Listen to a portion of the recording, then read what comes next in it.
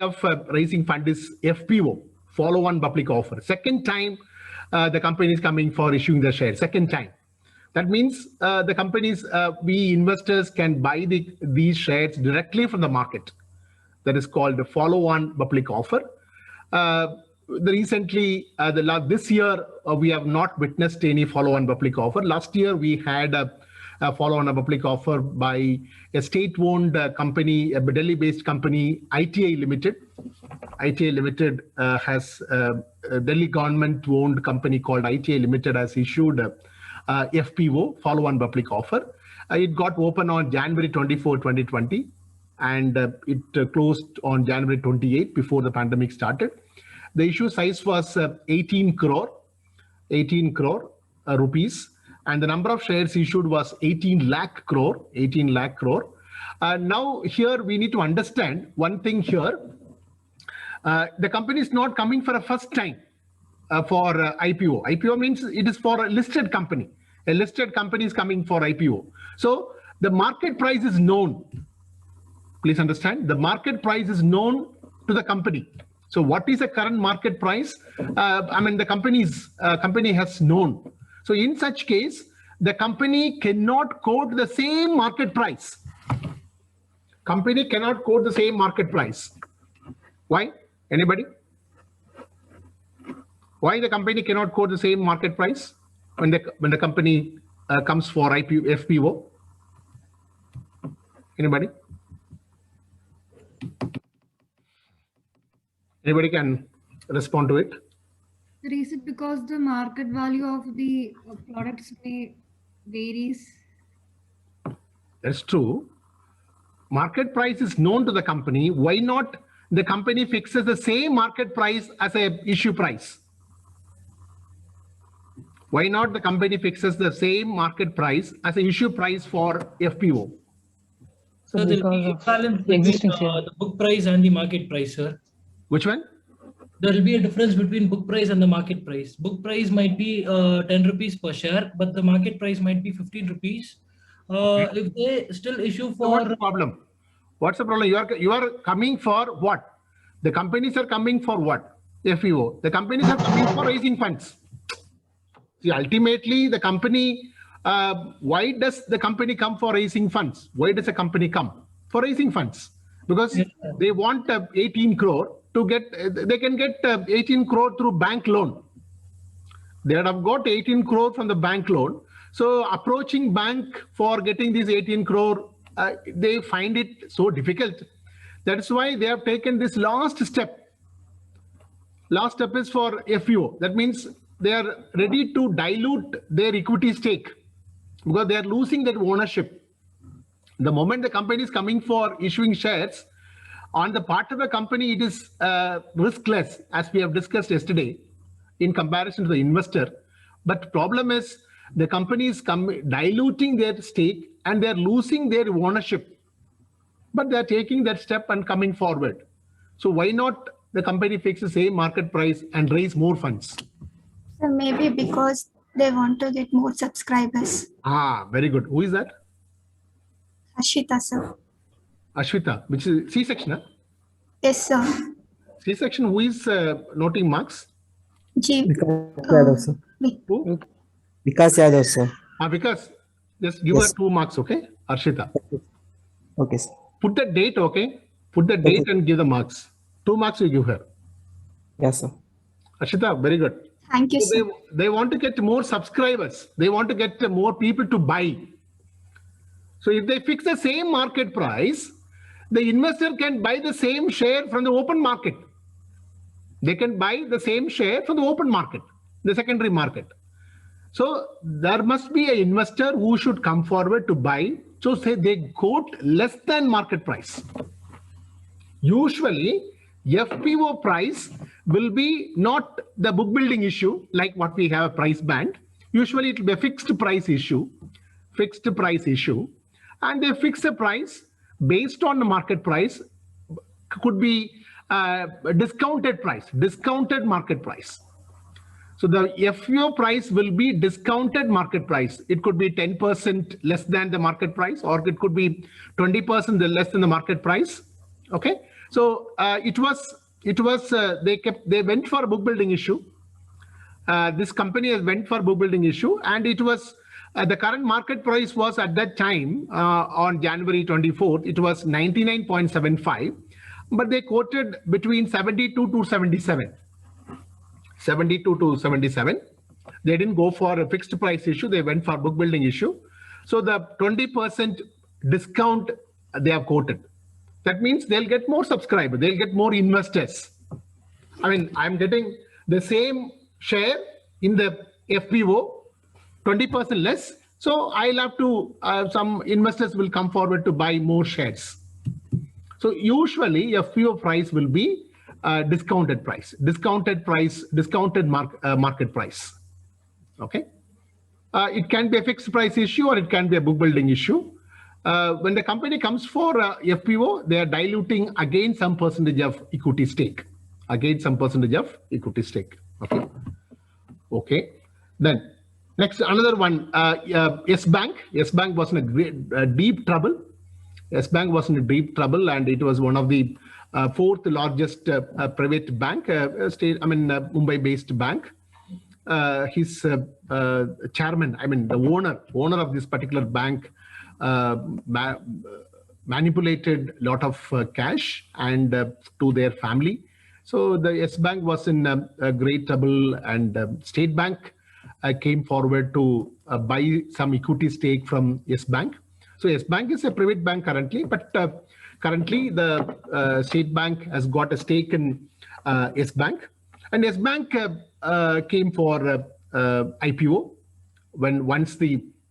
after the State Bank got some equity stake in Yes Bank. They want to get more funds. So it came for IPO after the, first wave of pandemic, July 15, and it kept open till July 17. They raised 15,000 crore, and they have issued 909.97 crore shares. And the market price was, because of this allegations against the owner of the bank, completely the price has crashed. Yes Bank price has got fallen down to the lowest level, and it was 19 rupees. It was trading 2 years before. It was trading at 238 rupees, 248 rupees. Last year it was trading at 19 rupees. So they went for 30% of discount price, 30% of 19. So they quoted 12 rupees to 13 rupees was the FPO price when the Yes Bank came for FPO last year. Okay, so this is a case study of primary market of FPO, that is Yes Bank. Okay, so 30% of current market price they went for FPO price. Okay. Then a right issue. The right issue is issued to the existing shareholders. Right issues are issued to the existing shareholders. Okay. Now, as a new investor, we cannot buy. As a new investor, you cannot buy. Now the question is, I want to buy the right issue, but I am not a shareholder. I am not a shareholder of the company. I wanted to buy the right issue. How can I buy? Anybody? Anybody? I'm not a shareholder because this is given to the existing shareholders. I'm not the shareholder of right issue. I mean, this particular company. The case is here is what is given is the biggest right issue ever. The biggest ever right issue. Reliance Industries, Anil Ambani has come for issuing shares, right issue for their own existing shareholders. He has raised 53,125 crore. I mean, Reliance is the only company which raised a lot of money through pandemic. They have raised about 3 lakh crore. They have raised about 3 lakh crore during the first wave of pandemic. I mean, Reliance Jio alone has raised about 75,000 crore during that pandemic period. That's the only company which raised a lot of funds during the pandemic. And Reliance Industries, again, keeping in mind the pandemic, it came for a right issue, the biggest ever right issue that we have witnessed. May 20, it got opened, and the issue was closest at June 3rd because he kept a very long time for right issue. The price was 1,257. The current market price on May 18th, 2020 was 1,408.9. 1,408.9. So Anil Ambani went for 13% discount. 13% discount. That is, he fixed 1,257. 1,257. Okay. So for every the issue ratio was for every one share. If I am keeping it, 15 shares are given. For every one share, 15 shares are given. Okay, so if I have a 2 Reliance Industries shares, I'll be given 30 shares.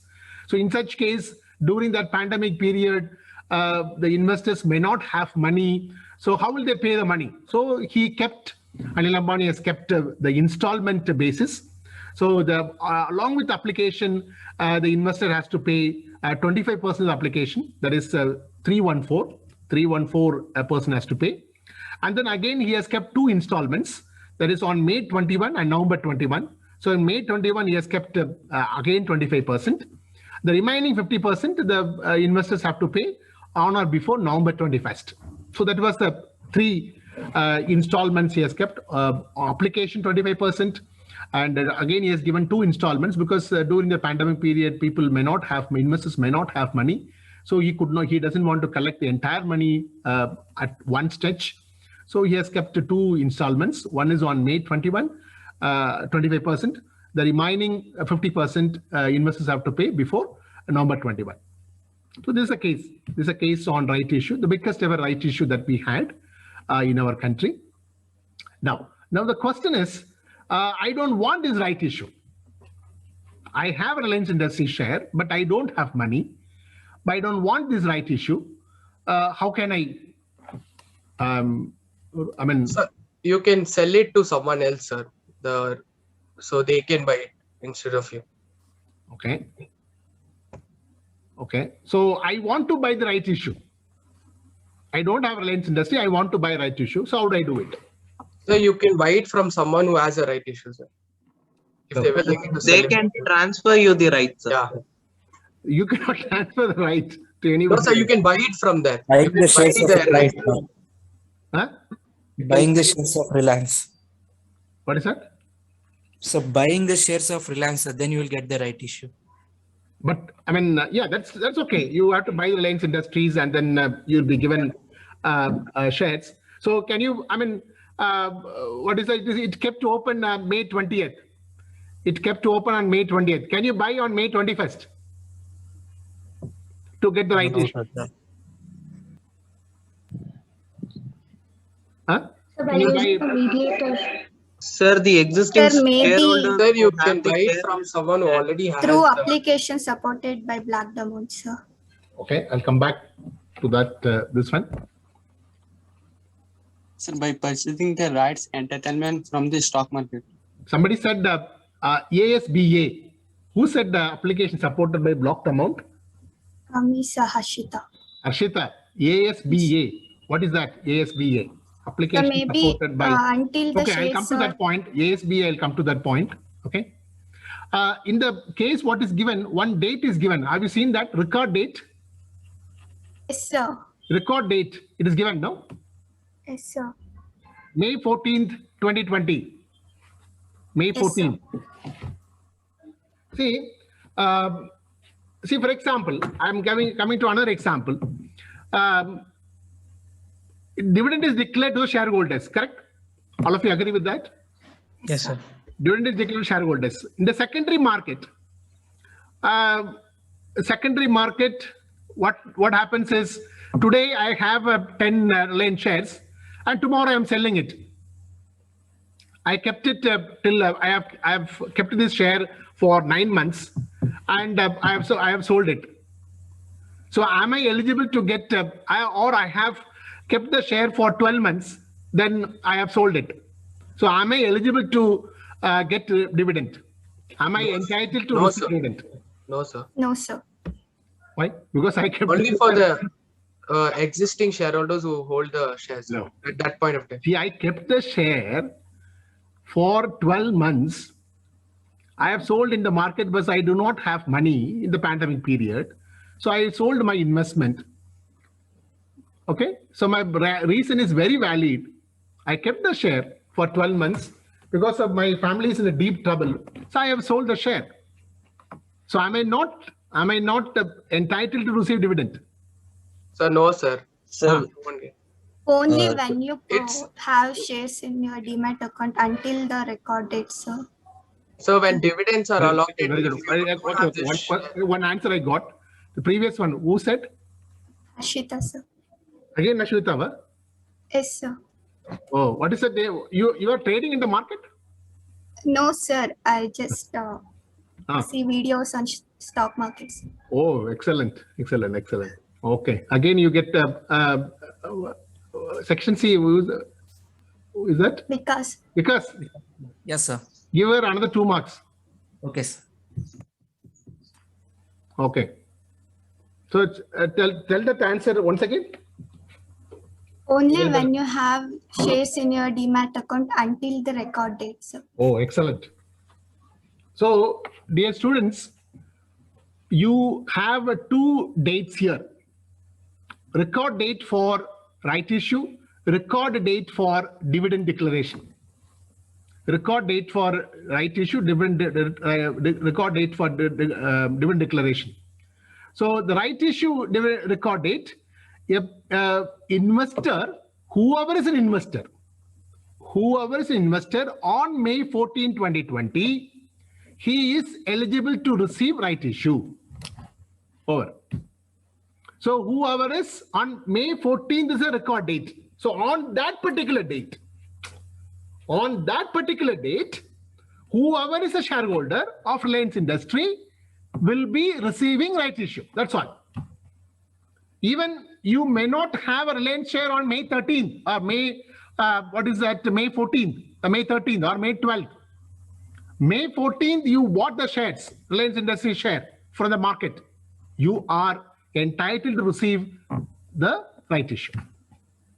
Sometimes you bought on May 15th, Reliance Industry shares. You are not entitled to receive the right issue. So the record date will be announced. Record date will be announced 1 month before by the company when the company comes for right issue. Minimum 1 month notification. So Reliance Industry got announced in April first week itself. They announced, they are coming for a right issue. The record date will be May 14th. Okay. So whoever is the shareholder, that particular date, on that particular date, so I kept the shares till May 14th. I have sold. I do not know this right issue. I do not know. I have just sold it. I am not entitled to receive the right issue, though I have these shares for past 5 years or past 10 years. Doesn't matter. Okay. The same rule is applicable for dividend. So whenever the company comes for dividend declaration in the open market, secondary market, today I am the owner of a company. So tomorrow I do not, because I will sell in the open market. So then to whom the company will give the dividend? That's a question. To whom the company will be should be paying the dividend. The dividend will be paid to the shareholders as on record date. Okay. So the record date will be announced 1 month before. So on that particular date, if I don't want a dividend, because I am a taxpayer, so dividend is one of the incomes as per the Income Tax Act. It comes under all the incomes of a person is divided into 5 broad categories: income from salary, income from house property, that is called rent, income from business, that is called profit, income from capital gain by selling your assets. You get a gain, you sell your house property, you sell gold, you sell shares, you get a gain. So on that gain, you will have to pay tax. That is called income from capital gain. Any income that we receive other than these 4 types of income, that will be charged under income from other sources. So dividend is one of the income chargeable under income from other sources. So we'll have to pay income on dividend received. So in that case, I don't want, because I am a very high net worth individual. I have to pay because I have shares in different companies. So I receive a dividend in lakhs. So I have to pay more amount of dividend. So what I'll do is I will transfer the share to my relative or to my friends, on before the record date. Before the record date, I will transfer the shares, or I will sell the shares. I'll transfer the shares, okay, to a person who is not in the income tax bracket. I'll transfer the shares. So on the record date, so I am not a shareholder. So who will be receiving the dividend? To my friend. The dividend goes to my friend or my relatives whom I believe in. Okay, so they will receive the dividend, and they don't pay income tax because they are not in the income tax bracket. So they don't pay income tax. And then after the record date, they will retransfer the shares to my account, to my demat account, to my account. Okay, and then I will pay them some amount for this particular service.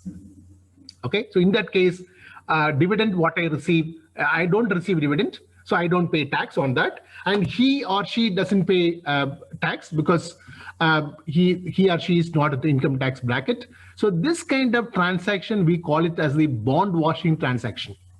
Bond washing transaction. It's a tool. It's a transaction which evades a tax. It is used for evading the tax. So it is a punishable act. It is a punishable act. If it is income taxes, authorities are found to be, find this particular activity. He or she has to pay the penalty for that. Okay, because it's a bond washing transactions are not allowed. You cannot transfer the shares like this, but it happens. In reality, it happens, and the people transfer the shares to evade the tax. So tax evasion, tax avoidance is legal. Tax avoidance is legal. Tax planning is legal, but tax evasion is not legal. It's an illegal activity. Okay, so record date will be announced on the dividend declaration. So whoever is the shareholder on record date, he or she will be given a dividend. Though I am a shareholder on a particular date, of this one record date, if I am not possessing the shares, so I will not be given a dividend. Okay. So any clarification regarding right issue, FPO and IPO? It's the biggest ever right issue what we had. Reliance has raised a very huge amount of money, keeping it in mind this particular pandemic as an opportunity for the company. That's why he kept on buying a Food Bazaar, and Kishore Bayani's Big Bazaar he went and bought. Okay, with this money only he went and bought Reliance Retail. That's not Reliance Retail, I mean the Big Bazaar of Kishore Bayani's. Anything anybody would like to ask? So with this, we have end of primary market, and we have looked at the different cases what we have in the market. Then we'll go to the now another what she has raised, application supported by blocked amount, ASBA, application supported by blocked amount. So look at this case, Zomato case. Okay, an investor, for example, I'm going for 195 shares. I'm going for 195 shares, but I'll have to pay 14,040. 14,040. Okay. This ASB has come into effect just 7 years before. 7 years before. Okay. It got introduced in 2014 only. Before 2014, what we have to do is I'll have to give check. I'll have to give a check, okay, for 14 rupees 40 paise, 14,040. 14,040 rupees, I'll have to give a check. So from my account, from my bank account, this money will be debited. 14,040 rupees will go away in my account, my bank account. After 2 weeks, because now only the listing happens within a week. There, I mean, 2 years before, it takes about 3 weeks for listing. Okay, so money will go away. When the allotment takes place, when there is an oversubscription, so I may be given, say, 10 shares only. I may be given 10 shares or 20 shares. For example, if I am given 10 shares, so 76 rupees in 10, 760 rupees, 760 they will take. The remaining amount will be credited in my account, in my bank account. So I'm talking about before ASBA got introduced. Okay. So what happens is in my bank account, 14,040 rupees has got debited. So 3 weeks, though I have a SBI account, a savings bank account, so in my account 14,040 rupees is gone, and then for that particular period I lose interest. Though the savings bank account interest is very less, doesn't matter, but I lose that interest. The money will go away, and then again the remaining amount will be credited. Depends on the allotment of shares. So I lose interest in my bank account. Okay, then a lot of, criticism happened. A lot of opposition happened. Why all this happening? Because I'm talking about this one. Then sometimes investor who is paying lakhs of rupees, crores of rupees, and from his account the money is going away. Then again it comes back. He loses the interest. So to keeping in mind the investor's interest, this particular mechanism got introduced called ASBA, application supported by blocked amount. Application supported by blocked amount. It means in the moment we buy the shares, we apply for application. In my bank account, 14,040 rupees will be blocked. I cannot use it. So for example, you have 15,000 rupees in your savings bank's account. 14,040 rupees will be blocked for 1 week. You cannot use it. Okay, so you can use the remaining 60 rupees only. Okay, there are savings account, we can maintain zero account nowadays. Okay, so 60 rupees only you can maintain, you can use that account. So 14,040 rupees will be blocked for 1 week. And then once the money is allotted, the shares are allotted, for example, only 10 shares are allotted. So 760 rupees will be debited from your account. The remaining money will be kept in your account itself. So that means the money is not transferred from the investor's bank account to the company account. Again, the allotment takes place. Again, the company will credit the account. So this kind of transaction will not take place. The money is kept in your account so that the particular account earns savings bank account interest. So the money is earning the interest. The money is kept in your account, but the investor cannot use that particular amount. Okay, so it is called application supported by blocked amount. The money which, whatever the amount that we are going for buying the shares, so that particular amount will be blocked in our savings bank account. So that is called application supported by blocked amount.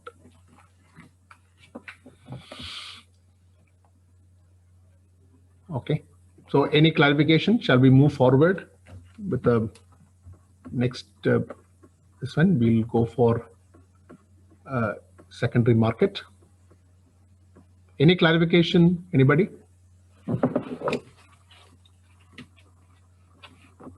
Anything anybody want to ask?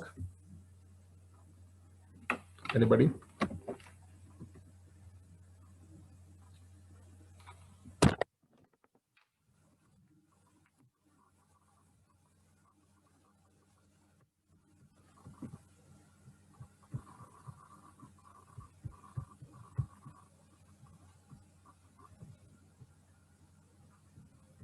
Anybody want to ask anything?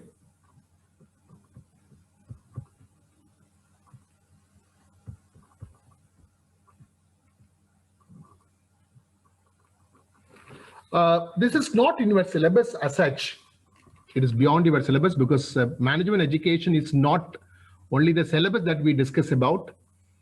It should be beyond the boundaries, what is happening in the market that we need to learn. It is not only the what needs to be taught. It has to be taught in the class. It is not like that. So management education is far away, far beyond the syllabus. So we'll have to go beyond the syllabus. So that is what management education is about.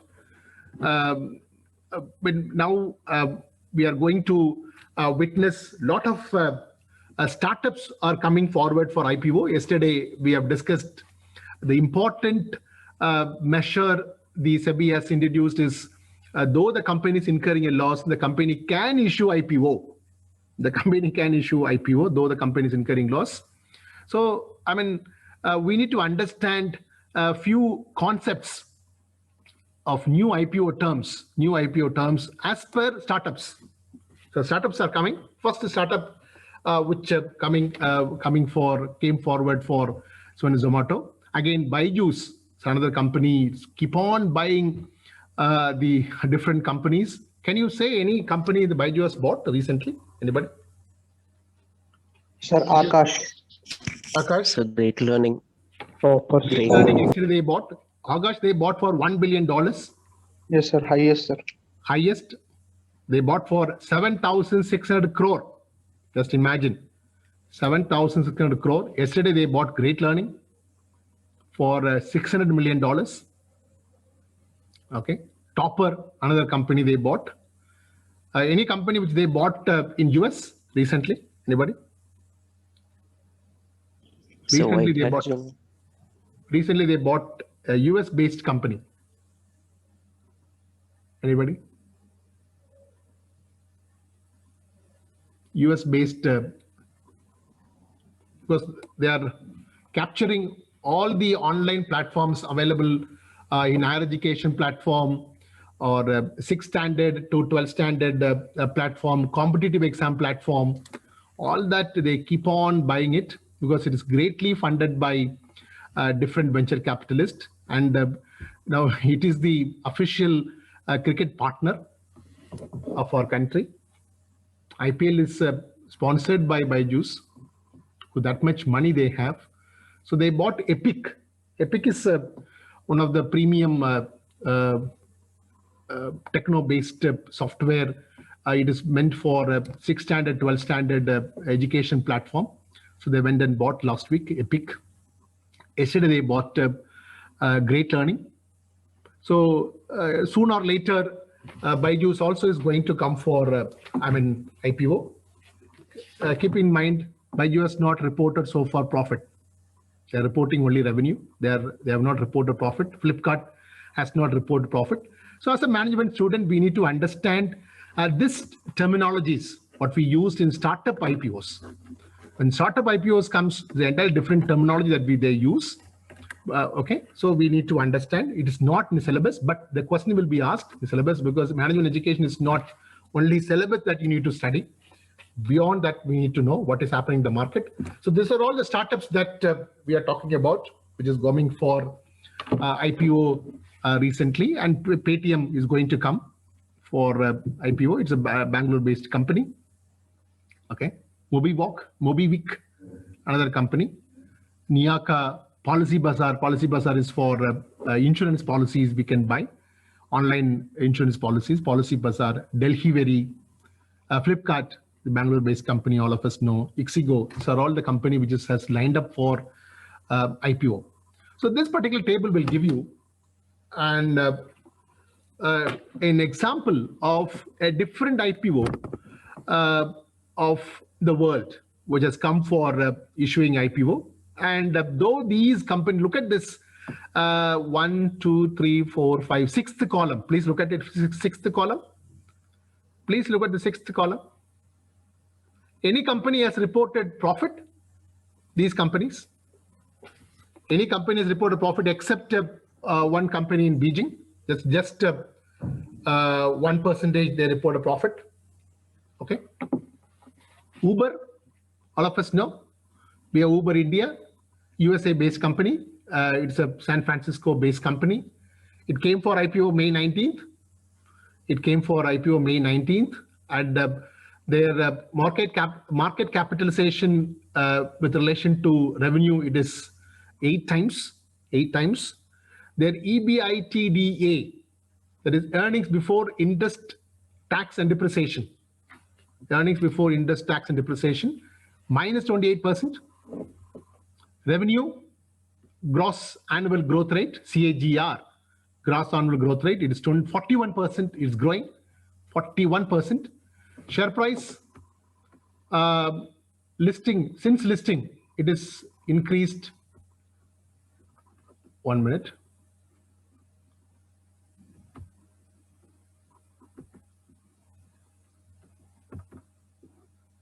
Yeah, share price since listing day, it is 14%. It got listed May last week. Return from IPO, on that particular day of IPO, they got 6%. They got 6%. Another company called Lyft. Again, it's a ride-hailing company, USA-based company. Okay, USA-based company went for IPO on March 19th. The market capitalization to the revenue is 9 times. Earnings before interest and depreciation is minus 32%. Minus 32%. Look at that. Revenue is growing 49%. Share price since listing, it's growing low, minus 30%. Return from this particular IPO is minus 23% because they could not earn gain. Airbnb, it is a rental like what we have Oyo Rooms. Oyo Rooms follows the same business model of Airbnb. San Francisco-based company, California-based company. California-based company. So San Francisco, California is all important states which meant for innovation and startups. It went for IPO December 2020. Market capitalization revenue is 25 times. Again, minus 9% profit loss. Revenue growing at 44%. Share price since listing day, it is minus 3. And returns from IPO, please look at that. On the day of listing, 105%, as we have witnessed for Zomato, 105%. DoorDash, again food delivery company, as we have Zomato, USA-based company, December 2020 went for as well. Look at the return from IPO, 85%. Okay, look at the profit, minus 4%. Deliveroo, a UK-based company, again a food delivery company. March 21, it went for a listing. It went for IPO. Profit is minus 16%. Revenue is growing at 40%. Return from that IPO is minus 19%. That particular day of listing. Meituan, that is e-commerce, including e-commerce company, including food delivery. They have China-based company. It's based at Beijing. Look at that return from IPO day, 304%. 304%. Revenue is 53%. Okay. Look at the share price since listing day, 282%. From listing date till today, the percentage of return is 282%. Didi, again China-based company. But Didi, what happened is, they talk something against the government. Here, China, you cannot talk anything against the government. So it went for government took action against it. Certain violations relating to data privacy. So that is why it is trading at low. So June 21, it went for IPO. June 21 last month, and return from IPO is minus 42%, and revenue is growing at 39%. Again, profit. Our company, Zomato, Delhi-based company. July 21, it got listed. July 23, it got listed.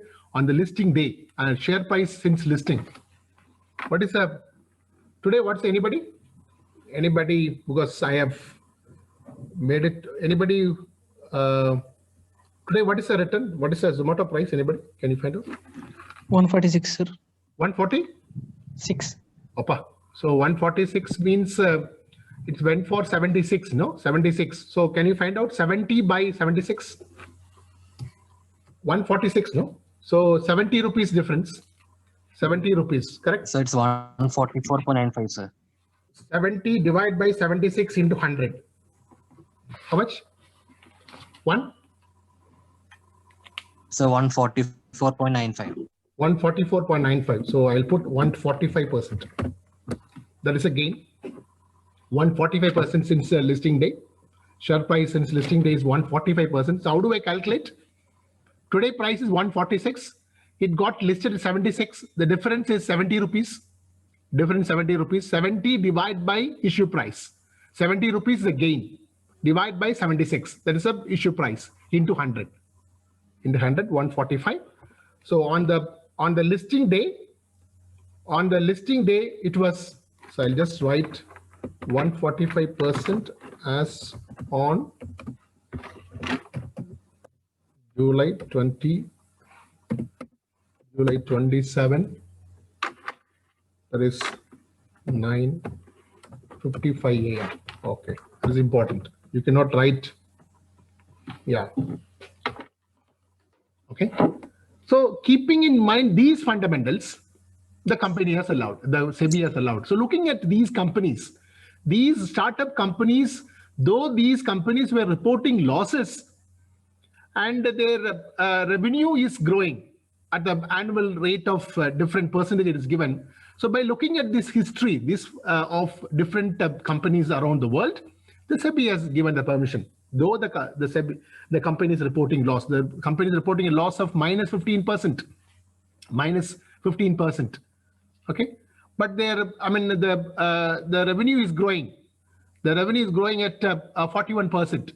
So that is why it is given the permission to go ahead with the IPO. Otherwise, the company which is not reporting profit, the companies which is not reporting profit are not permitted to come for IPO. That is why Flipkart waited so long. Flipkart waited so long because of this condition. Flipkart has not reported profit so far. They have been reporting losses. Hope all of you understood this. All of you clear? This table is clear? Hello? Yes, sir. Okay. Yes, sir. So keeping in mind only, the SEBI has, allowed the Zomato to come for IPO. Okay, so now today the gain is 145%. So it's 92%. Huh? 92%. 70 divided by 76 into 100. Yes, 92. 92. Yes, sir. Yes, sir. 92. Okay. 92 as on July. Today at 9:55 a.m. Okay. Okay. Then these are all terms that we need to understand. Okay. As an IPO, startups, because they don't have revenue. So what is the revenue for Zomato? Tell me. Zomato, how do they get revenue? Anybody? What's their revenue model? What is their business model? Anybody? Any idea? Anybody? Flipkart, for example, what is the revenue model? What do they get?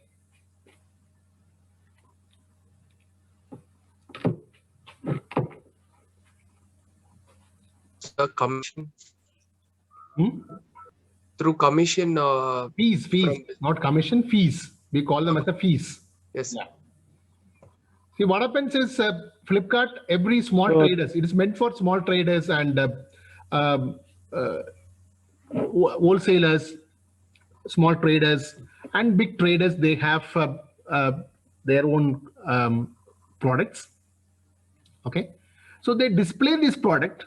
They display this product on their website. Flipkart website. Okay. And for displaying their product on their website, they pay certain fees. They pay certain fees. So the fees is the major revenue because they have a website. So instead of having a physical place, they are providing a e-space. E-space they are providing. On the e-space, I can display my product. The traders, small traders or big traders can display their products and they can advertise their products, and then they in turn, whenever the product is sold through this particular website, they get the fees. Okay, so they don't sell, please understand. See, you have your product and you are selling, you are getting your gain, you are getting your selling price. But Flipkart, does it sell any product? Hello? Flipkart, does it sell there any product? No, sir. Uber or Ola, do they own any car? No, sir. They don't own any car. Okay. And Zomato or Swiggy, do they own any restaurant? Did you understand? The model, the technology, that's what we call technology driven business models. So by using technology, you are getting all this, I mean, all these people as an aggregator, and you are generating revenue. But you don't own anything. You don't own any restaurant. You own any cars. We don't own any products. Okay. So, I mean, by using technology, you are leveraging all these users. So Flipkart does not own any product. They don't sell any product. And with they provide e-space. Through providing e-space, I mean, traders are displaying their products. In turn, when the products are sold, in turn, they get some fees. Got it? So as a company, you get a sales revenue. See, you get revenue. You sell product, you get revenue. You get sales. But here, there is no sales. You don't get any sales. You don't sell any products. So what is that value called? That value is called gross merchandise value or gross transaction value. The gross merchandise value or gross transaction value, dear students, it is not in your syllabus, but we need to understand as a management student how these e-commerce companies work, how these companies are reporting revenue. We need to understand. For example, your small business you are selling the product and you're receiving the money. So you have a sales. But these companies do not have any products. Amazon, do they sell any products? Hello? No, sir. Do they sell any products? Do they have any products? So they do have one or two. Like Alexa. So Flipkart also do have. They have their line of laptops called Marq. Hello. All these are all they buy from other companies only, my dear. Do they manufacture the laptops? Do they have a manufacturing unit? No, sir. That's what I'm saying. See, as a Dell or Samsung, what is that? Apple, you have a manufacturing unit. Dell has got a manufacturing unit. And you manufacture and you sell. Flipkart doesn't own any manufacturing unit. Do they have any manufacturing unit? And a small company may not have that kind of, marketing tools. They may not have that marketing base to sell their products. So they would have, got the marketing rights, and they sell it. They sell it as their own product. You got it? So as a Flipkart, they don't own any manufacturing unit. See, when you have a product, it should be manufactured by the same company. So it is basically it is a e-marketing company. It is not a manufacturing company. Did you understand? Hello? Hello? Whoever is saying. Yes, sir. Yes, sir. They don't own any manufacturing unit. Okay? Yeah. So gross merchandise value. So they don't have any sales. They don't have any sales. They don't sell any products. So how do they call it? That their sales is called what? Their sale is the gross merchandise value, or it is called gross transaction value. It's a total transaction volume of merchandise transacted through the marketplace. What is the marketplace? E-marketplace, e-market space in a specified period. The total number of transaction volume, how much volume the particular company is selling, because my company products are placed, different company products are placed in that. Okay, so it depends on the transaction volume in a particular on the e-space, based on which they get the fees. Okay, so it's a very popular metric that we use in the startup, this one. So GMV include tax, fees, services, And gross of all discount. Discount also it is included in that because they get discount. They get a discount on that. The same price, what is that? The same product when you buy in the open market, I mean, the price is more when you buy here. So it includes a discount. Okay, so these e-companies, it's not regulated so far. It has to be regulated. So we don't have a separate act for e-commerce companies. We don't have, currently we don't have. It comes under different act. There is no specific act which regulates the e-commerce companies. Sooner or later, there will be an act which governs all these e-commerce companies. Okay, so the revenue consists of various fees. That's what I've said. The revenue consists of various fees charged by such companies. So you display my product. Company X is display this product. So this is my fees because you are giving this much space for the e-space. So this much space, you have to pay this much money. There is a fees. So the fees charged by these e-commerce companies are called revenue. Okay. So the gross merchandise value of Paytm of the last financial year was 4 lakh crore, but the revenue is only 2,800 crore. So gross merchandise value includes fees and services and gross of all discount. Okay. Revenue means only the fees that you charge. Okay. So GMV of MobiWik is 15,000 crore. GMV of Zomato, it was $1,496 million. Gross merchandise value of Zomato of the last financial year was $1,496 million because they become the lifeline of the entire pandemic period. Okay, so they move around and they distribute food, and they are known as COVID warriors. These Zomato people who are going on distributing and providing food for the people. I mean, of course, we'll have to pay for it. So we call them as the COVID warriors. So they are allowed. So they made a lot of money during this pandemic period. The first term that we need to understand. So let us have a break and come back. So we'll have a 10 minutes break. We can come back. You can stay on. Thank you.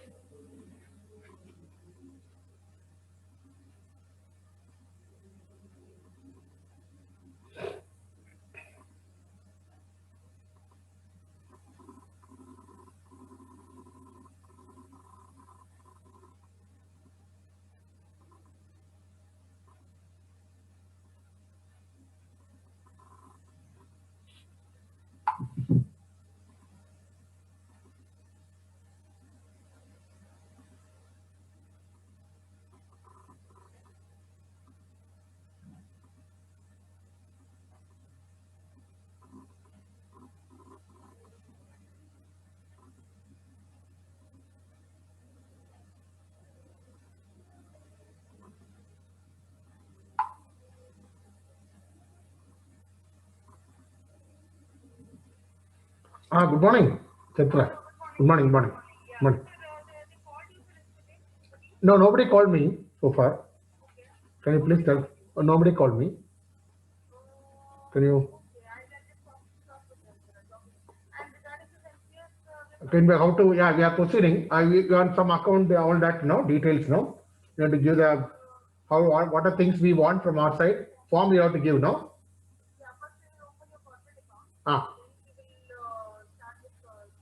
Yeah. Correct, correct. So corporate account, what things you require? Yeah, sure. Yeah, can give it. Yeah. Tell them to call me, no? Yeah.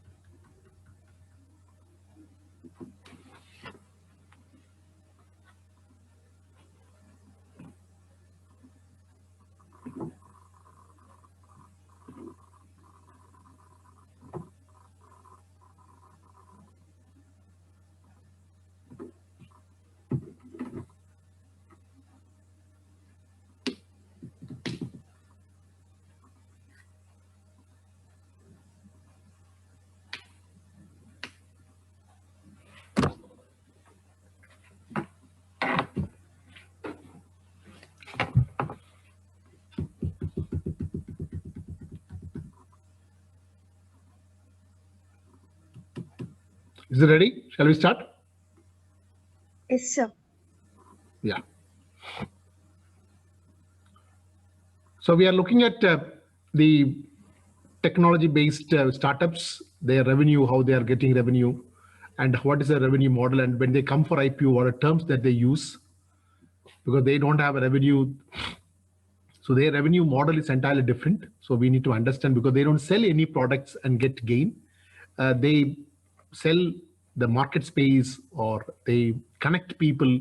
For that, they get for that service, they get fees. They don't get any sales as such, what we have for other manufacturing companies. So they have only the fees that they charge. So that's what we look at, different terms. The first term that we look at is GMV, gross merchandise value, or gross transaction value, which includes fees, taxes, discount, all that put together is called gross merchandise value. The revenue is part of the gross merchandise value. The revenue is part of gross merchandise value. Revenue means the fees charged by these companies.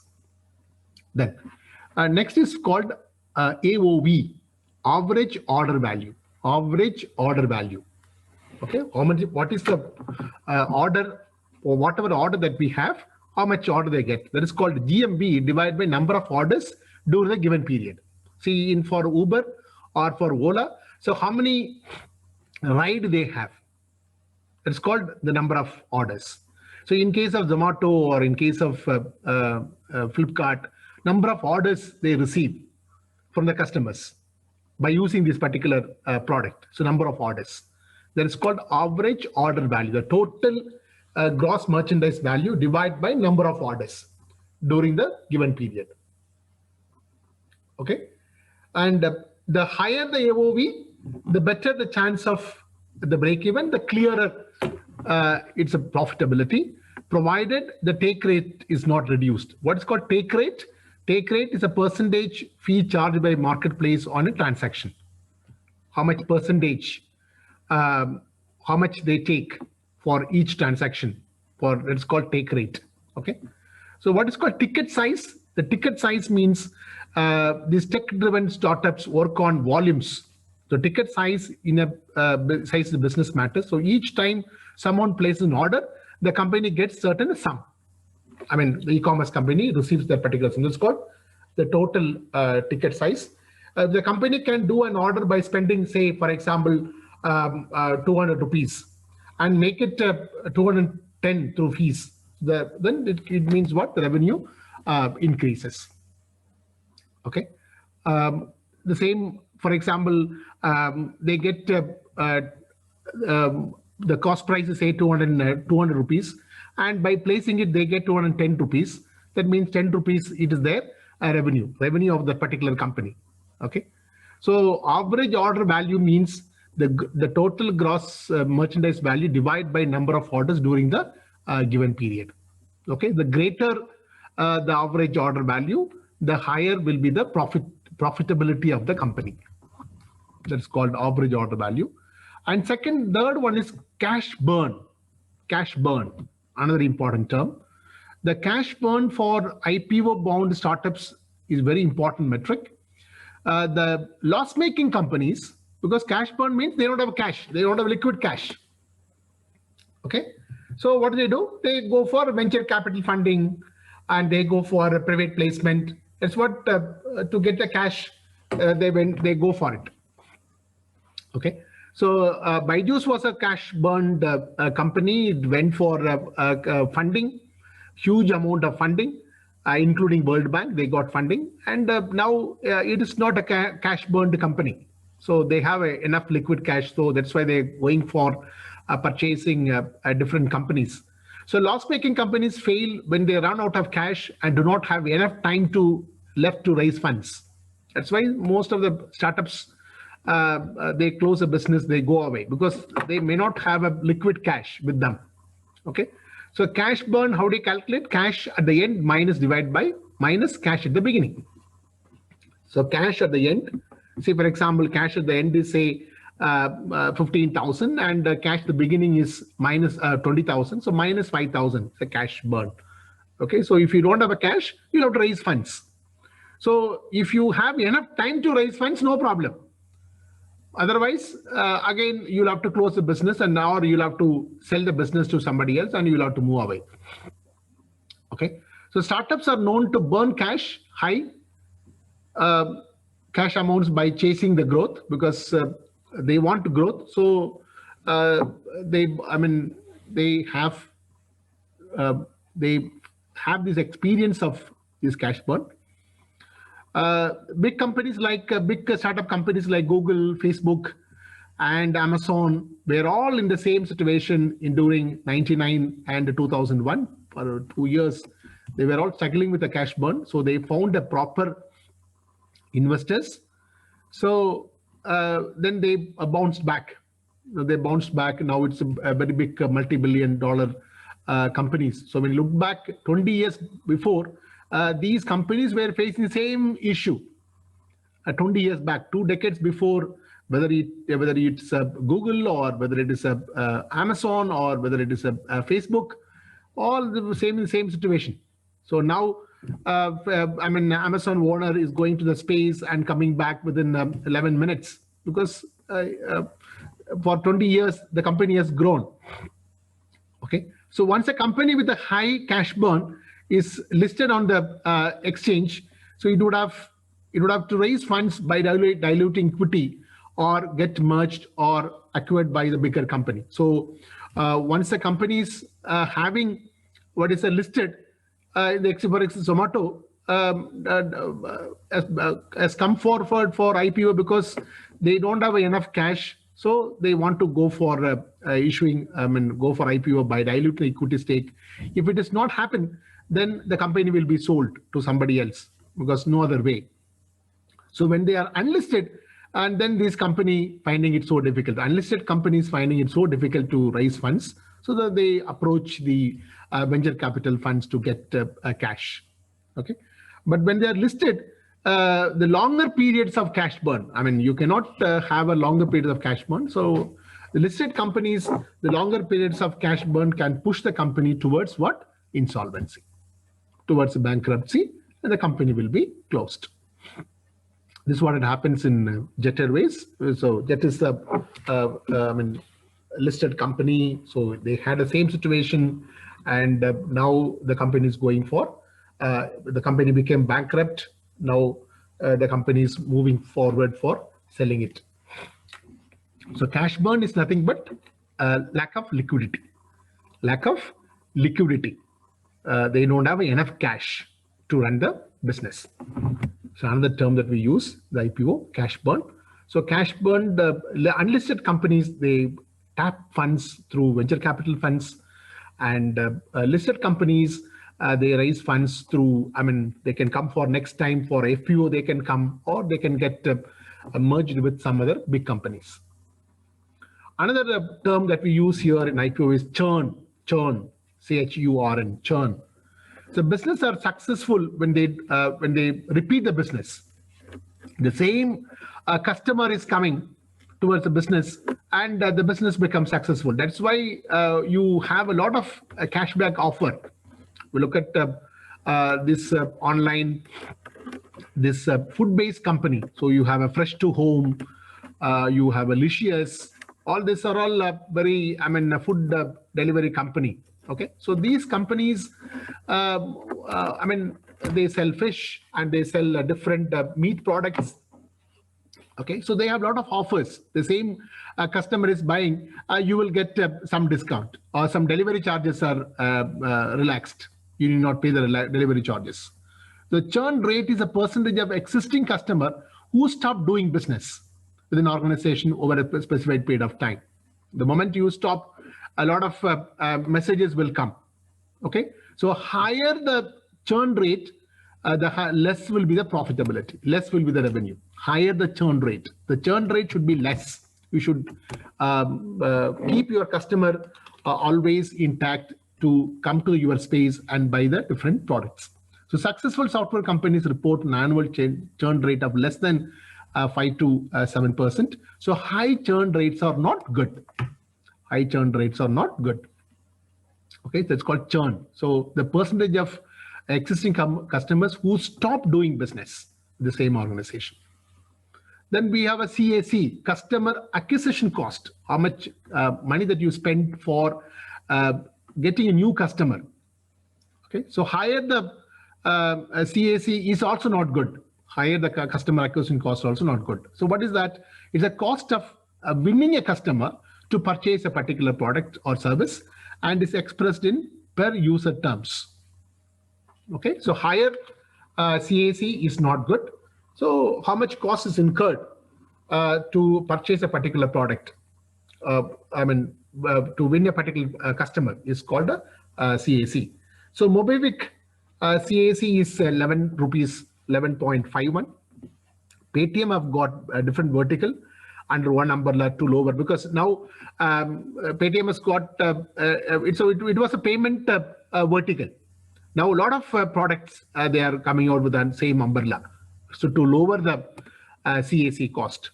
Okay, so Byju's may have a higher CAC because which they recover the cost from buying a new course. So what is that?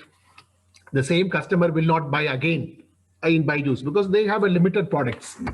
So same customer will not come and enroll in another course. Okay, so what they do? They charge a very high price when the one customer comes. So for example, in Great Learning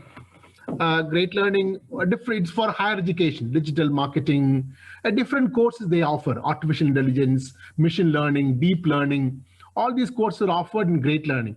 What is the fees? 2 lakhs, 3 lakhs.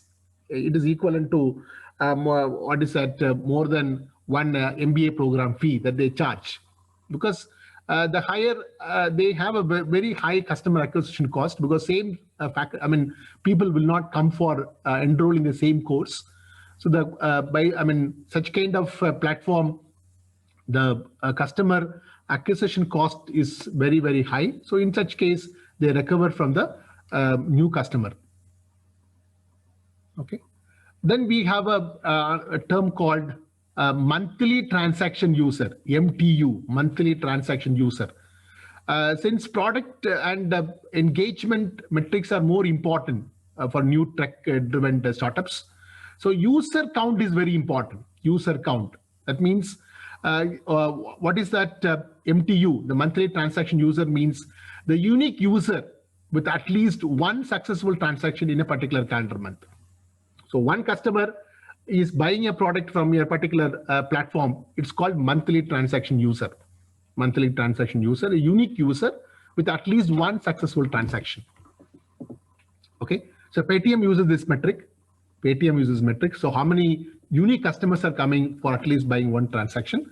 So users can be counted as monthly active users, daily active users, okay, monthly active users, daily active users. Okay, Facebook uses this particular thing, daily active users, as a registered logged in Facebook user who visited a Facebook through its website or mobile device or used as a messenger application on a given day. Okay, so Facebook uses this particular metric, daily average user. So how many user is coming to the particular Facebook page every day? So there is a metric that they use. It is called daily average user. And monthly active user. It's a metric used by the Paytm. Okay. So how many the same customer? How many times you are buying in the same product, a different product in the same platform? That is called monthly transaction users. So this is a different term that we use. So monthly transaction user, churn, the percentage of customer who stopped doing the particular business in the same organization.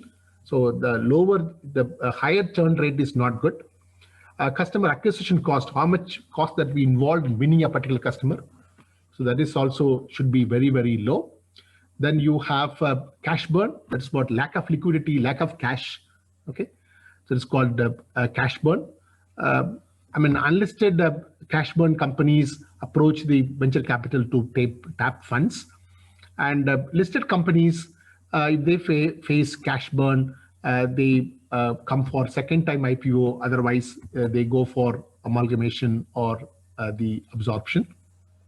Then we have average order value. That's a total merchandise value divided by number of orders during a given period.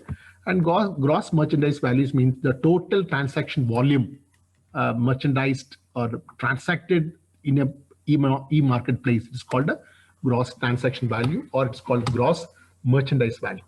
The revenue means the fees charged by such company for using this particular e-space, for using this particular technology.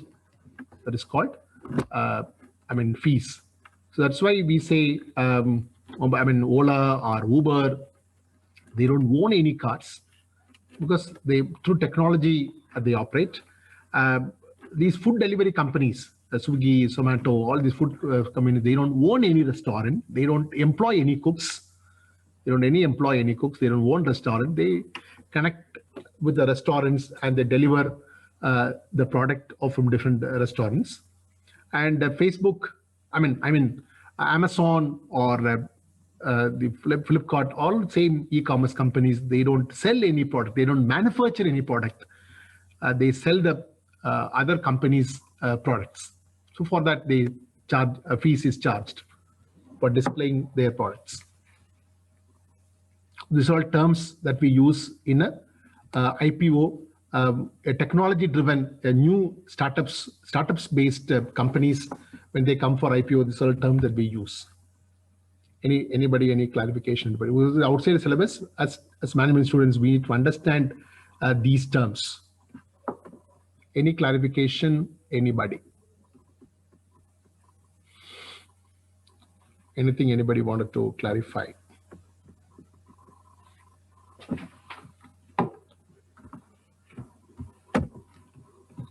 Anybody want to ask anything? All of you understood? Hello? Yes, sir. Yes, sir.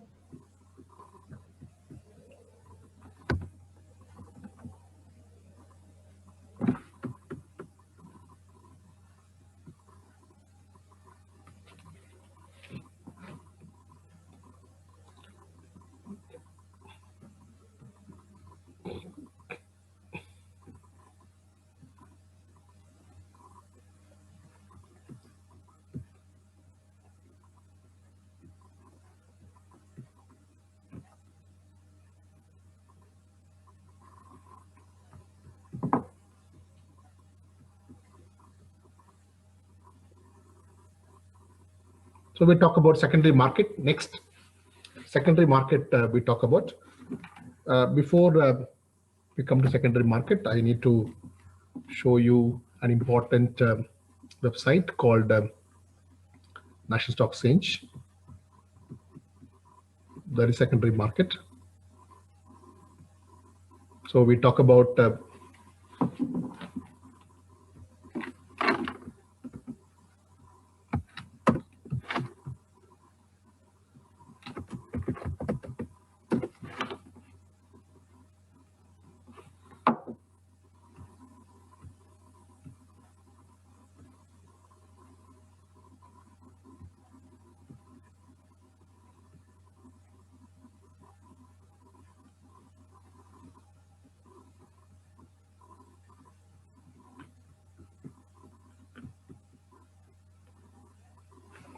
this is the National Stock Exchange secondary market. Okay, so this particular website, National Stock Exchange and Bombay Stock Exchange, is a major secondary market.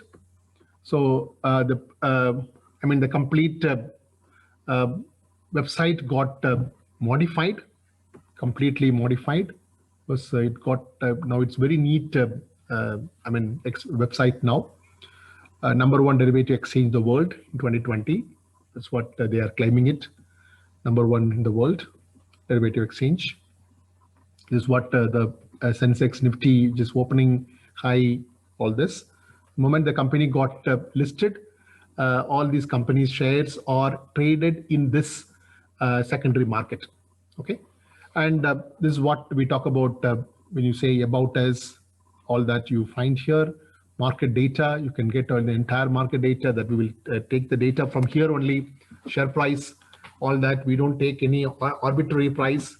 We take the real-time price and we calculate the return. We calculate the risk. We don't have any arbitrary or artificial price that we take the price from website and then we calculate. So we'll have to those days till 2 months before you can get any data. Now you cannot get data. You'll have to buy the data because many are using this data. So look at this right hand side, get market data. So for daily market report, daily paid real-time data, paid analytical products. So we'll have to pay for it, paid historical data. You'll have to pay and get the data. So for 1 year, this is the money because National Stock Exchange wanted to make money out of it. Because for various these product, the data are used. The data are used for different purpose, for research, for writing a research paper, used by different management students. So they wanted to sell the data on the on price. So you'll have to pay for it money and then get the data. But we have a different platform. We can get the price. We can get it from Bombay Stock Exchange, and then we can get from moneycontrol.com. So we can get the real-time price. Here you'll have to pay and get the data. And then you find invest, various tools that you find, okay? A listing where the listing is taking place. So primary market. So look at this here. You have a listing here. Primary market, onboarding process, a primary market main board. You can find here. These are all things, a new thing it has come now. Main board, primary market for small scale and medium enterprises. And then you have a trade here. You have eligibility criteria, how to become member in an exchange. And this talks about the regulations. Okay, different. This is what for us. Okay, 1 minute. Yeah, this is for us. Learn. Okay, so you have online interactive courses, online recorded courses, classroom courses. So NSE has got its own academy called NSE Academy. NSE has got its own academy called NSE Academy. They offer postgraduate program in capital market, approved by the government. And you have this is what I'm talking about, NSE Academy. So get started with the NCFM courses and certificate models. So all these are all becoming mandatory for your junior batch. How to take a test, all that you can study. These are all the models for undergraduate students, models for professionals, self-study courses. I mean, these are all the different courses that we offer. Okay, so you can get those courses. Then you have a research. Look at this research. You find a lot of historical reports, daily market reports, all that you can download from here. Okay, for research thing. I mean, this is a very important website that every student should know. So we just started just 1991 after the liberalization. So just 21-year-old exchange, unlike Bombay Stock Exchange. Bombay Stock Exchange is the 100-year-old exchange. Okay, so this is the only exchange which started in a technology-based company. So I just wanted to brief you about the entire secondary market mechanism. Look at in those days when before the platform has come, the online platform has come, the buyer and seller, the broker plays a pivotal role to buy, sell shares. Without broker, we cannot buy, sell shares. So you have a broker, it's called intermediary, to buy, sell shares. As an investor, how do we buy, sell shares? So we need to maintain an account with the broker. I'm talking about before 1990, before 1994. I'm talking about before 1992. Okay, so we should have an account with the broker. And if you want to buy the shares, the broker will go to the exchange. There is a trading floor. There will be a trading floor, and the exchange, you go there and shout. Tata Motors, they'll have to shout, and whoever is bidding for the highest price, the share will be allotted. Okay, so that is called open outcry system. Open outcry system. Okay, so if you want to buy any company shares, you'll have to call a broker broker will send a person on behalf of the person, and then you will have to buy the shares. So at what price you are buying, you will have to tell him, and then he will go for the highest bid. So for example, Tata Motors, you want to buy at 150 rupees. So you will shout there 150, 150, 150. I mean, if you don't get for that 150 rupees, you will come back. Okay. So the trading takes place on a trading floor in an exchange. Okay. So these stock exchanges, till I'm talking about 1992, these stock exchanges were owned by the brokers. The exchanges were owned by the brokers. Okay. So brokers decide what company share price should go up. Brokers decide what company share price to go down. So brokers played a very manipulating role to corner this particular company shares. Some company shares are cornered, some company shares are manipulated unnecessarily. So these brokers made a lot of money. I don't know how many of you remember Harshat Mehta. Harshat Mehta is one of the main brokers, a small broker, Gujarat-based broker, and he became a very big broker recently. So if you Google it, you will find get the entire episode of Harshat Mehta. So when we were all studying, Harshat Mehta was a case study. He started cornering the companies. So he started manipulating the company shares because human beings are greatly involved. So if I want make one company shares to go down, a broker can do it. If I want to make one company shares to go up, a broker can do it. So what you can do is, whoever is coming on the trading floor, they will say, don't shout this company share beyond this particular price. So nobody will shout. And they will say, this company price should go up this particular price. Please shout. They will do it.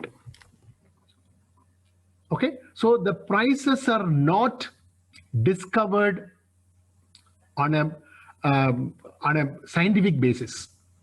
It was based on the personal whims and the personal wishes of a particular broker. So he played a very high manipulating role, and he was caught. He was caught, and he has made a huge amount of money in the exchange, and he was caught. He was arrested.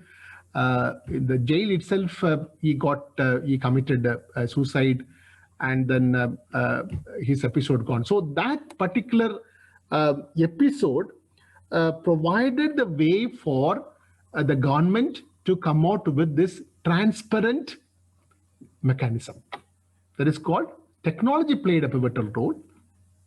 Okay, so when we look back because we took this technology because it was 92, 93 only all this software, all this we were talking about. No? So earlier we didn't have all this software. It was in US, we have two major exchanges. One is New York Stock Exchange, NYSE, and NASDAQ, NASDAQ, NASDAQ. So there are two important exchanges. Anybody can give the full form of NASDAQ? NASDAQ full form? Anybody? NASDAQ, NASDAQ. Anybody? Full form? Quickly. By the time now you'll Google it and you'll find out. One more. 20 seconds more. National Association of Securities and National Association of Securities Dealers and Automation. National Association of Security Dealers. Automated quotations. Okay. Somebody, I think by the time you Googled it. You Googled, no? Okay, national mark is not given. The moment I'll ask, you should say. By the time, 20 seconds is enough for you to Google it. National Association of Security Dealers Automated Quotation. So look at that example. Look at that word, National Association of Security Dealers. Security dealers. Who are security dealers? Brokers. So we don't call them as brokers. We call them as security dealers. They deal with the securities. They deal with the securities. So National Association. National Association. It's a conglomerate. National Association of Security Dealers, Brokers. Automated quotation. The quotation means the price. It is driven automatically. Okay. So NASDAQ was a first exchange which started with the technology driven. With the use of technology, this particular exchange was started, NASDAQ. So in the name itself, it is given. So as the exchange means an association of a broker. The broker governs the entire exchange. Okay, so we have taken the technology from NASDAQ in 1994. We have started the technology from, we have borrowed the technology from NASDAQ. What is that? It is called it was 1994 until we didn't have all this Java. Nowadays it is in Java. So earlier it was in Visual Basic. There is a software called Visual Basic, VB.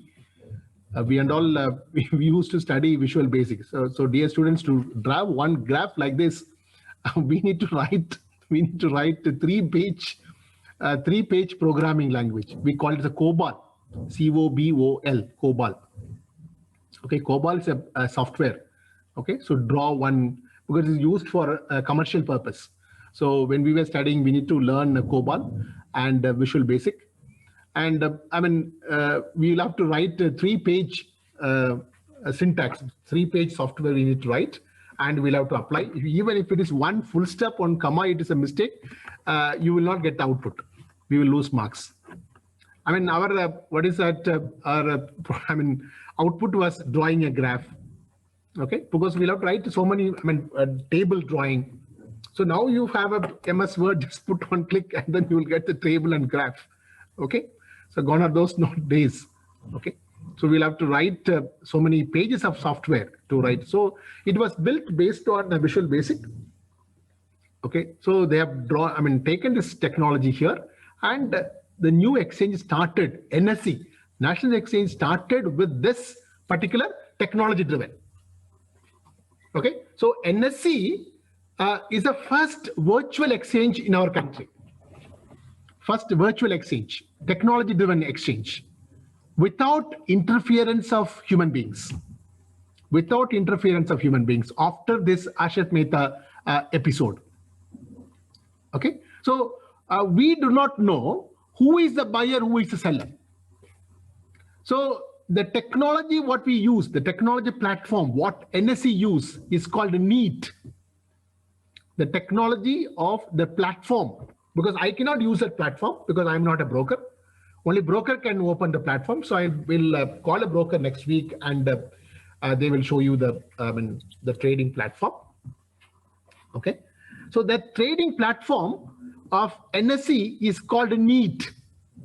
NEAT, N-E-A-T, not N-W-E-T, N-E-A-T, National Exchange Automated Trading. Please listen.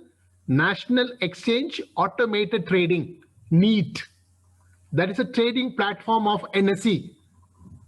Okay, the trading platform of BSE, Bombay Stock Exchange. So subsequently, Bombay Stock Exchange is also converted into electronic-based exchange in 1996. Okay, it is called BOLT, B-O-L-T, Bombay Online Trading. Please listen. The trading platform of NSE is known as NEAT, National Exchange Automated Trading. The trading platform of BSE is known as BOLT, Bombay Online Trading. Okay, so the technology was borrowed from NASDAQ. So NSE was started with the a technology-based platform. No human being interference. So what happens is, I am selling a share. I do not know to whom I am selling. I am buying the shares. I do not know from whom I am buying. Okay. So the buyer and seller do not meet each other. Buyer and seller do not meet each other. Okay. So I am quoting a price, and if the price is known, I mean the price is accepted, somebody will buy. So to whom my shares are traded, I do not know. So it is completely human being are not involved in buying and selling the shares to reduce manipulation, to reduce fraudulent practices. So it is becoming a highly transparent market.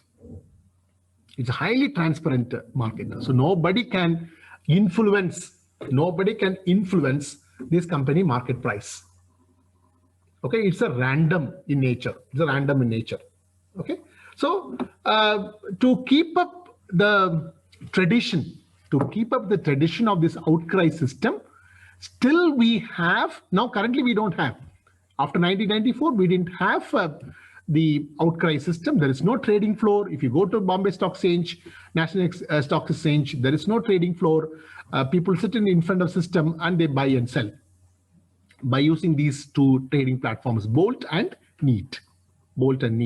Okay, so to keep up the tradition of the traditional trading floor, still we have in NYSE, New York Stock Exchange, there's a trading floor.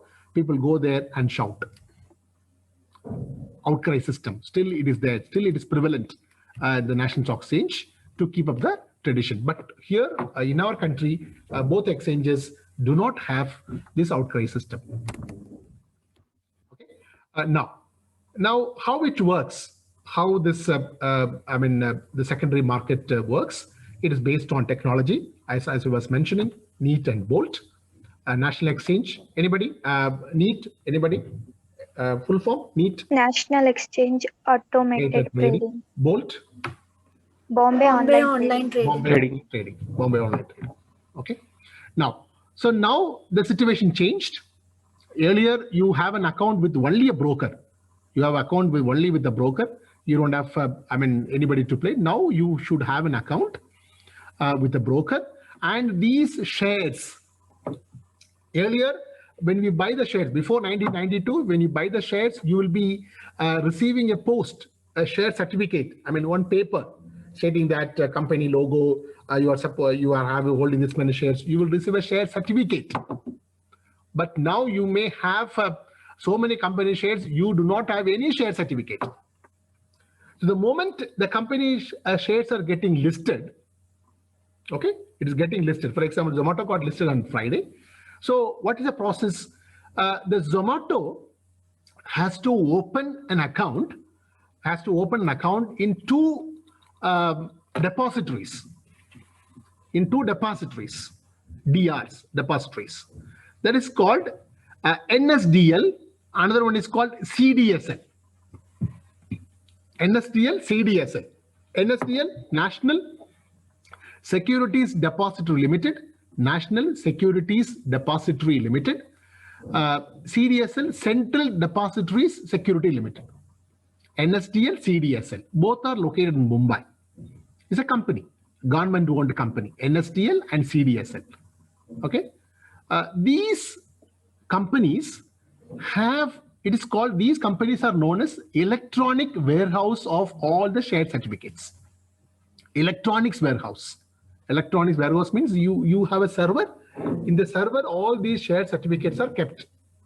These shares, the moment the Zomato has got listed, before the company come for listing, these shares need to be kept in these CDSL and NSDL. So it is converted into electronic form. So it is called dematerialization. Dematerialization. Okay. So converting the physical shares into electronic form. So it is kept in where? One of these depositories, either NSDL or CDSL. Now, as a broker will have an account with any one of these So for example, Geojit, Sharecon. So, I mean, we have about more than 2,000 main brokers, and we have about 10,000 plus sub brokers. Okay, to a very big business. I mean, broking business is a very good business. Okay, provided we have a 5 crore capital for a main broker, and now it's a 10 crore. You have a main capital 10 crore. You should have, and then the sub brokers we need to have a 3 crore sub brokers. Okay, so whether the investor gains or loses, you brokerage. People will get the brokerage. Companies will get brokerage. Our brokerage is very, very less, 0.02%. We cannot fix more than 0.02%. So you will have a very, very low brokerage because of the high competition in the market. So these brokers will have an account either with CDSL or NSDL. So for example, Geojit, so I have an account with the Geojit. So my Geojit has got account with the NSDL. Okay. So when I open my account, so I have to, as an investor, I'll have to open 2 accounts. So no, 3 accounts. One is a bank account. Surely you should have a bank account because money transfer is there, bank account. Then we need to have an account with the broker. An account with the broker that is called a trading account. So there's a relationship between you and investor and a broker that is called a trading account.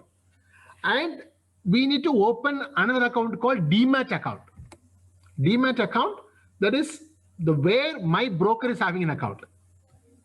So Geojit is having an account with the NSDL. So I'll have to open a Demat account with the NSDL. Okay. So when I buy shares, so I will have my electronic ledger. The moment we open NSDL Demat account, an electronic ledger will be open in the NSDL where my broker is there. Okay, so like a PAN what we have. So PAN what we have, completely electronic ledger is open. Now the transactions are happening through electronically. So what happens is when I buy shares, if I have an account with the NSDL, when you buy the shares, so in my account, in my NSDL account, a Demat account, the money, the share will be credited. Share will be credited. So when I sell the shares, my NSDL account, the share will be debited. So it takes about, that's why it takes about 2 days for this electronic transaction.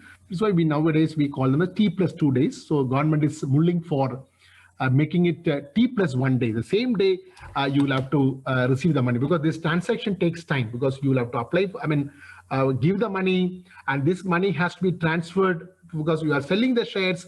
The person who is buying the share has to transfer from his bank account to the, his broker, his account. Then again, that money has to be transferred to my account. So from my account, the share has to be transferred from my NSDL account to the other broker account. Again, it will be transferred to the buyer account. So it takes time. That's why nowadays we call it as the T+2 trading days for transferring money and for transferring the shares.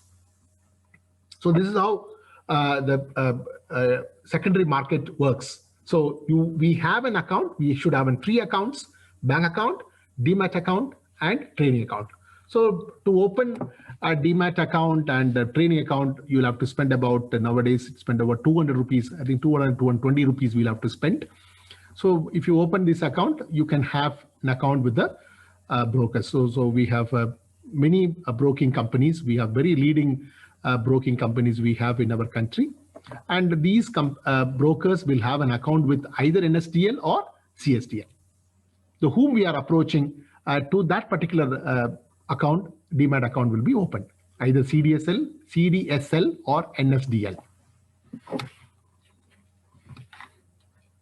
Okay. So we have seen, so ours is completely technology driven. So we can buy shares, sell shares through electronic platform. So we do not know, for example, how this market functions. So as all of us know, the market timing is, let me share.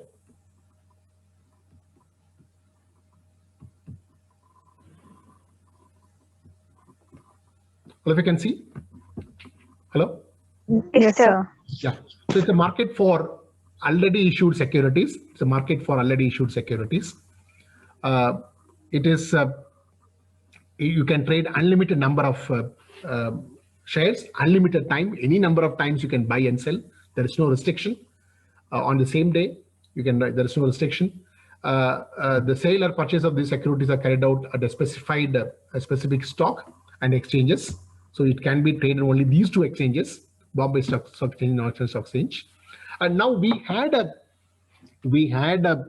17 regional exchanges. We had a Bangalore Stock Exchange, we had a Cochin Stock Exchange, we had a Hyderabad Stock Exchange, Calcutta Stock Exchange, because regional level stock exchanges we had. As I was mentioning, these exchanges were owned by brokers, because brokers played a very, very manipulative and significant role. More than significant role, they played a very manipulative role. So what happened was these exchanges need to have a control, because these brokers are only having complete control. Others don't have any control over it. The government doesn't have any control over it. So the government wanted to bring in company directors, the governance. They want to bring little more transparency in governance, transparency in management. So they started appointing independent directors from other companies to bring little more transparency. So they'll have to present their accounts, present their revenue, all that. In the National Stock Exchanges, exchange started with a demutualized form. Demutualized means the brokers are also having a control, but the companies are also having a control in exchange. So company directors or MD are becoming independent directors of these exchanges. So National Stock Exchange started with the demutualized is the term. Demutualization means bringing a governance, a better governance in the organization structure of the exchange to bring more transparency. Okay, so National Stock Exchange started with the demutualization. Then later on, Bombay Stock Exchange also became a demutualized exchange. And then they started, all the regional exchanges are also become a demutualized exchange. But in the process, when Bangalore, so we usually 10 years before, I used to take all the students to Bangalore Stock Exchange as a visit. Okay, as a visit, we used to take them. What happened was, in the process of demutualization, the brokers in Bangalore, they didn't allow other people to enter in the exchange management team. So the government said the close exchange. So there is no Bangalore Stock Exchange. It is used to locate. It was located in JC Road. We used to travel and then look at the exchange and come back every day. Every year. So it got closed. There is no Bangalore Stock Exchange. Kochi Stock Exchange got demutualized. Hyderabad Stock Exchange got demutualized. Calcutta Stock Exchange got demutualized. Ahmedabad got, it got closed. Okay, so some regional exchanges, brokers didn't allow to bring other company directors as independent directors. They didn't allow the exchanges. So the government said to close the exchange. So those exchanges have been closed. So currently we don't have Bangalore Stock Exchange. So it's called demutualization. Demutualization means, not only the brokers having a control over the exchange, but people from outside are also having control over the exchange, so that they can bring transparency. Because these brokers play a pivotal role to corner these company shares. That's why government has taken such a bold steps to remove all these kind of manipulation and fraudulent practices happened in the exchanges. Okay. So now we didn't have Bangalore Stock Exchange. Secondary market is mainly for price discovery. A company can find out its market price. It provides liquidity in the market for the company. At any point of time, you can buy and sell the shares. To conclude, you can sell shares at a minimal transaction cost. So we have two exchanges we have. One is BSE and another one is what? NSE exchange. Where NSE, we'll talk about the index, market index. We will talk later. All types of indices we'll talk about. This is what the global Indian market timings, as it was mentioned earlier. It's a 24/7. So USA starts at 6 p.m. When we close, USA starts. In our time, 12:30 a.m. it starts. Between 12:30 and 1:30 a.m. USA market starts. Both the markets, both NYSE and Nasdaq, it starts. Korea starts at morning 4:30 a.m. Our time 4:30 a.m. it starts. Japan 5:30 to 11:30 our time. Then you have Taiwan, Singapore. So we take clue from Singapore. Our exchange, because Singapore exchange, close at 2:30 our time. So we take clue from Singapore exchange. Then China, 7 a.m. to 1:30 p.m. Then you have FTSE UK starts at 12:30. So London exchange also takes a clue from Indian Stock Exchange. It starts at 12:30 p.m. Then France again 12:30 because they're all located nearby. Then Germany also located nearby, so it starts at 12:30 and 11:30 it ends. So when we close, USA starts. When USA closes, immediately Korea starts. Korean exchange starts, then followed by Japan, followed by Taiwan and Singapore, and then we start. Then China starts, then we start. Then when we close, what is that? USA starts. This is how the round the clock global market. RHP we have seen, pricing we have seen, book building issue, all that we have seen, issue period we have seen, and we look at participant security market in the next class. Next class means the offline class.